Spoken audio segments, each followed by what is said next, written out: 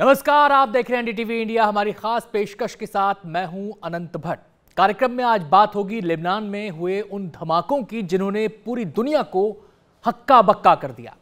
मंगलवार को पेजर धमाकों पर अभी हिजबुल्लाह में कोहराम मचा ही था कि बुधवार को वॉकी टॉकी पर हमला हो गया।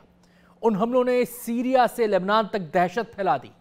उंगली इजराइल की खुफिया एजेंसी मोसाद पर उठाई जा रही है, लेकिन इजराइल ने अभी तक पेजर और वॉकी टॉकी बमों पर कुछ नहीं कहा है।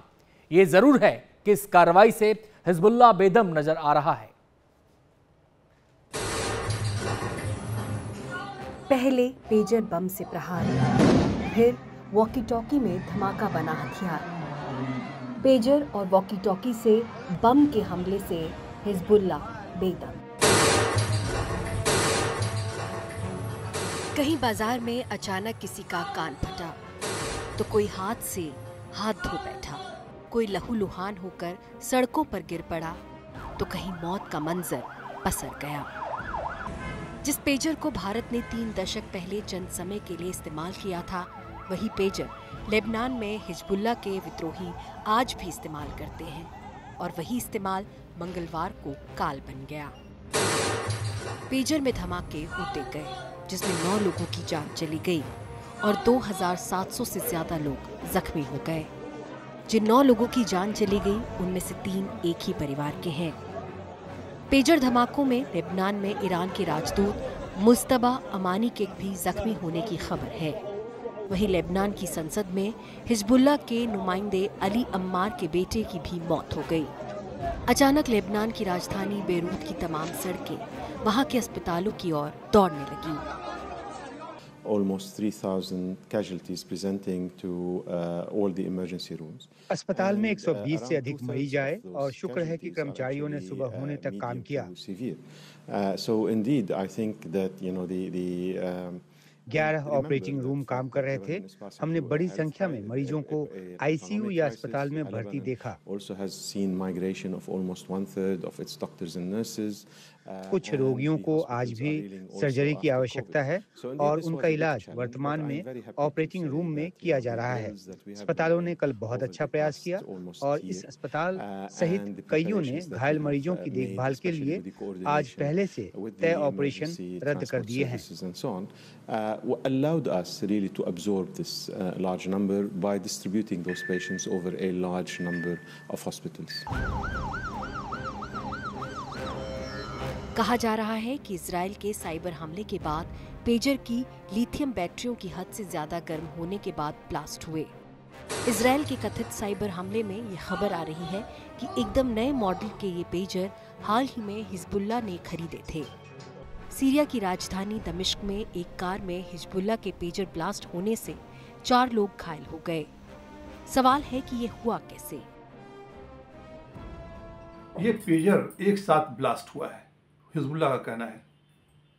3:30 बजे के करीब वो मंडे को ब्लास्ट हुआ। ये पेजर हमला जो है उसमें एक आदमी का काम नहीं है। जो डिफेंस एक्सपर्ट्स हैं, जो एजेंसी के लोग हैं, उनका कहना ये है कि ये बड़ी महारत के साथ उसके अंदर बम, जो प्लास्टिक बम बोलते हैं, RDX वगैरह जैसे बम, वो उसमें लगाए गए हैं इतने कम क्वांटिटी में कि मशीन, उसके जो पुर्जा था वो भी उस नुकसान ना पहुँचे, वो काम करता रहे। और वो स्लीपिंग मोड पे था। जब चाहा इजरायली गवर्नमेंट ने, मिलिट्री ने उसको डिटोनेट कर दिया, वो ब्लास्ट हो गया।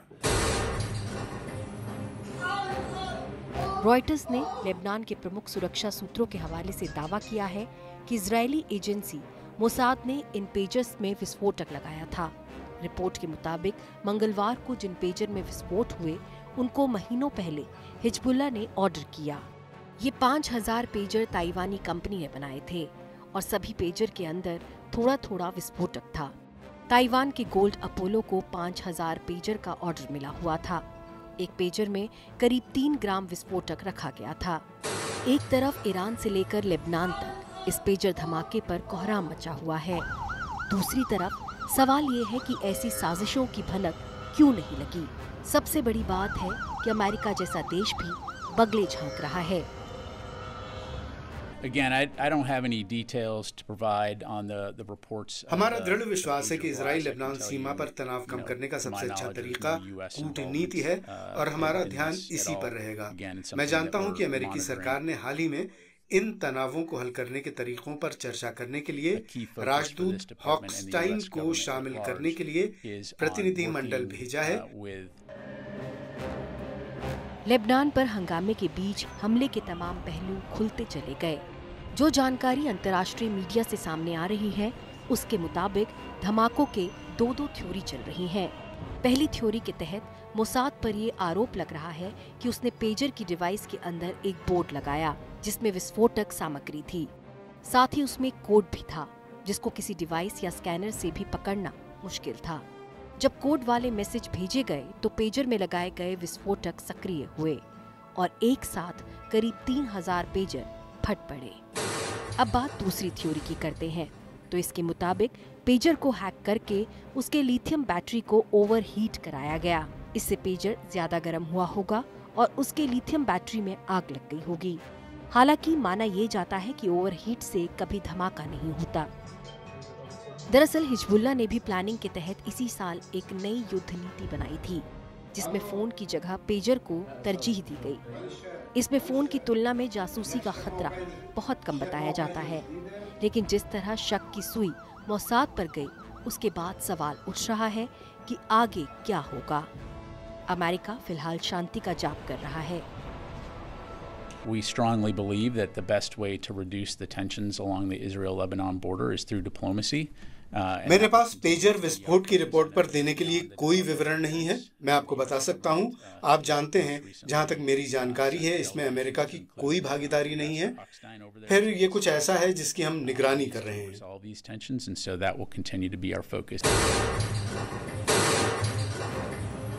लेबनान में पेजर धमाके उस वक्त हुए हैं जब इजराइल की फिलिस्तीन और ईरान के साथ लेबनान से तनाव चरम पर है। पिछले साल अक्टूबर में गाजा संघर्ष से शुरू होने के बाद से हिजबुल्लाह और इजराइल के बीच लगातार तनाव जारी है। ऐसे में पेजर धमाके से तनाव की नई किस्त जारी हो सकती है जिसका डर समूची दुनिया को है। Bureau report, NDTV India. Israel के बारे में कहा जाता है कि वो अपने दुश्मनों को कभी नहीं भूलता और उन दुश्मनों को ठिकाने लगाने का काम करती है मोसाद। मोसाद को दुनिया की सबसे तेज और खतरनाक खुफिया एजेंसी माना जाता है। मोसाद ने जिस मिशन को हाथ में लिया उसे पूरा किया। वक्त चाहे जितना लगे, मोसाद दुश्मन का काम तमाम किए बगैर चैन से नहीं बैठती।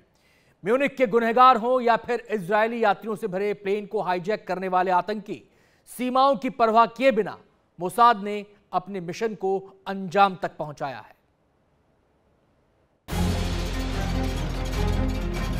चारों तरफ से दुश्मनों से घिरा एक देश इजराइल, फिर भी युद्ध के लिए नया मोर्चा खोलने और मुकाबला करने के लिए हमेशा तैयार, क्योंकि इजराइल के पास मोसाद है। वो मोसाद जिसकी क्षमता और ताकत को ना फिलिस्तीन का हमास भांप पाता है, ना लेबनान का हिजबुल्लाह भांप पाता है और ना ही ईरान भांप पाता है, जो इजराइल को लगातार नई धमकियां देता है।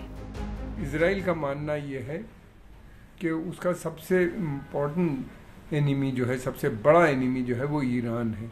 उसका मानना ये है अगर ईरान कमज़ोर होता है तो ये फिर जितने भी मिलिटेंट ग्रुप्स हैं इनसे निपटना उसके लिए आसान हो जाएगा। ये और दूसरी बात ये कि हिजबुल्लाह का कमज़ोर होना भी ईरान के लिए बहुत बड़ा नुकसान है। तो इसलिए कहा जा सकता है कि ये उसके लिए एक बड़ी, ईरान के लिए एक बड़ी चुनौती है। 1949 में ही इजराइल ने मोसाद का गठन किया था। उसके बाद वो इजराइल के दुश्मनों का काम तमाम करने में जुट गया। सबसे पहले मोसाद ने जिसे टारगेट बनाया वो गाजा पट्टी में यावा अय्याश उर्फ इंजीनियर था, जिसने इंजीनियरिंग की पढ़ाई की थी लेकिन हमास में शामिल हो गया। इजराइल ने उसे 60 से ज्यादा इजरायली नागरिकों की मौत का जिम्मेदार बताकर 1996 में मार डाला। दरअसल 5 जनवरी 1996 को अय्याश अपने बचपन के दोस्त उसामा हमद के घर रात बिताने गया था, लेकिन हमद के चाचा को इजरायली एजेंट से एक सेल फोन देकर कहा कि उसे अय्याश की बातचीत सुननी है। उस सेल में 15 ग्राम RDX भरा था। जैसे ही अय्या ने अपने पिता से फोन पर बात शुरू की, इजरायली एजेंट ने रिमोट से टेलीफोन बम में ब्लास्ट कर दिया। उसी तरह मोसाद ने वेल जेवितर और महमूद हमशारी का काम तमाम कर दिया था, जिन्होंने म्यूनिख ओलंपिक में 11 इजरायली खिलाड़ियों की हत्या कर दी थी। इसका बदला लेने के लिए मोसाद ने ऑपरेशन रेथ ऑफ गॉड शुरू की। इसके तहत भी दोनों की हत्या टेलीफोन बम से की गई। 27 जून 1976 को इजराइल की राजधानी तेल अवीव से 246 यात्रियों को लेकर उड़े फ्रेंच फ्लाइट को फिलिस्तीन के समर्थक 4 आतंकवादियों ने अगवा कर लिया। उस प्लेन को लेकर आतंकी युगांडा के तानाशाह ईदी अमीन की शह पर राजधानी एंतेबे पहुंचे। तब मोसाद ने ऑपरेशन थंडरबोल्ट शुरू किया, जिससे मोसाद के जांबाज ईदी अमीन के सैनिकों का यूनिफॉर्म पहनकर एयरपोर्ट पर पहुंच गए। इजरायली कमांडो ने हिब्रू में सभी बंधकों को लेटने के लिए कहा और फिर फायरिंग शुरू कर दी। इस कार्रवाई में 7 आतंकियों समेत युगांडा के 50 सैनिक मारे गए। साथ ही अपने यात्रियों को लेकर वापस लौटते हुए इजरायली कमांडोज ने युगांडा के सभी फाइटर प्लेन को भी बम से उड़ा दिया। 1989 में इजराइल के 2 सैनिकों के अपहरण और हत्या की जिम्मेदारी हमास के कमांडर महमूद अल मबू ने ली थी। अमेरिकी मीडिया के मुताबिक मोसाद ने उसको याद रखा और 19 जनवरी 2010 को दुबई के एक कमरे में उसकी लाश पाई गई।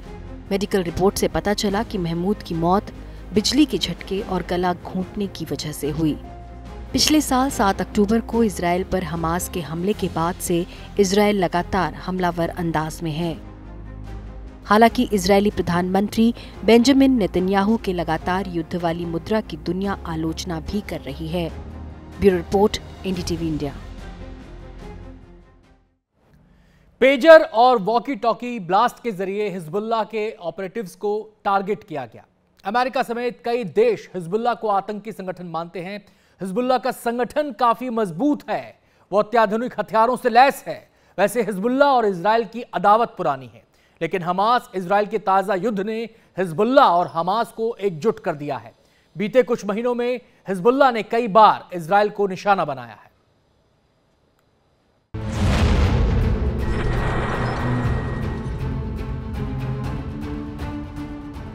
अमेरिका समेत कई देशों ने जिस हिजबुल्लाह को आतंकवादी संगठन घोषित कर रखा है, उसका गठन 1980 के दशक के शुरुआती दिनों में तब हुआ था जब इजराइल ने लेबनान पर कब्जा किया था।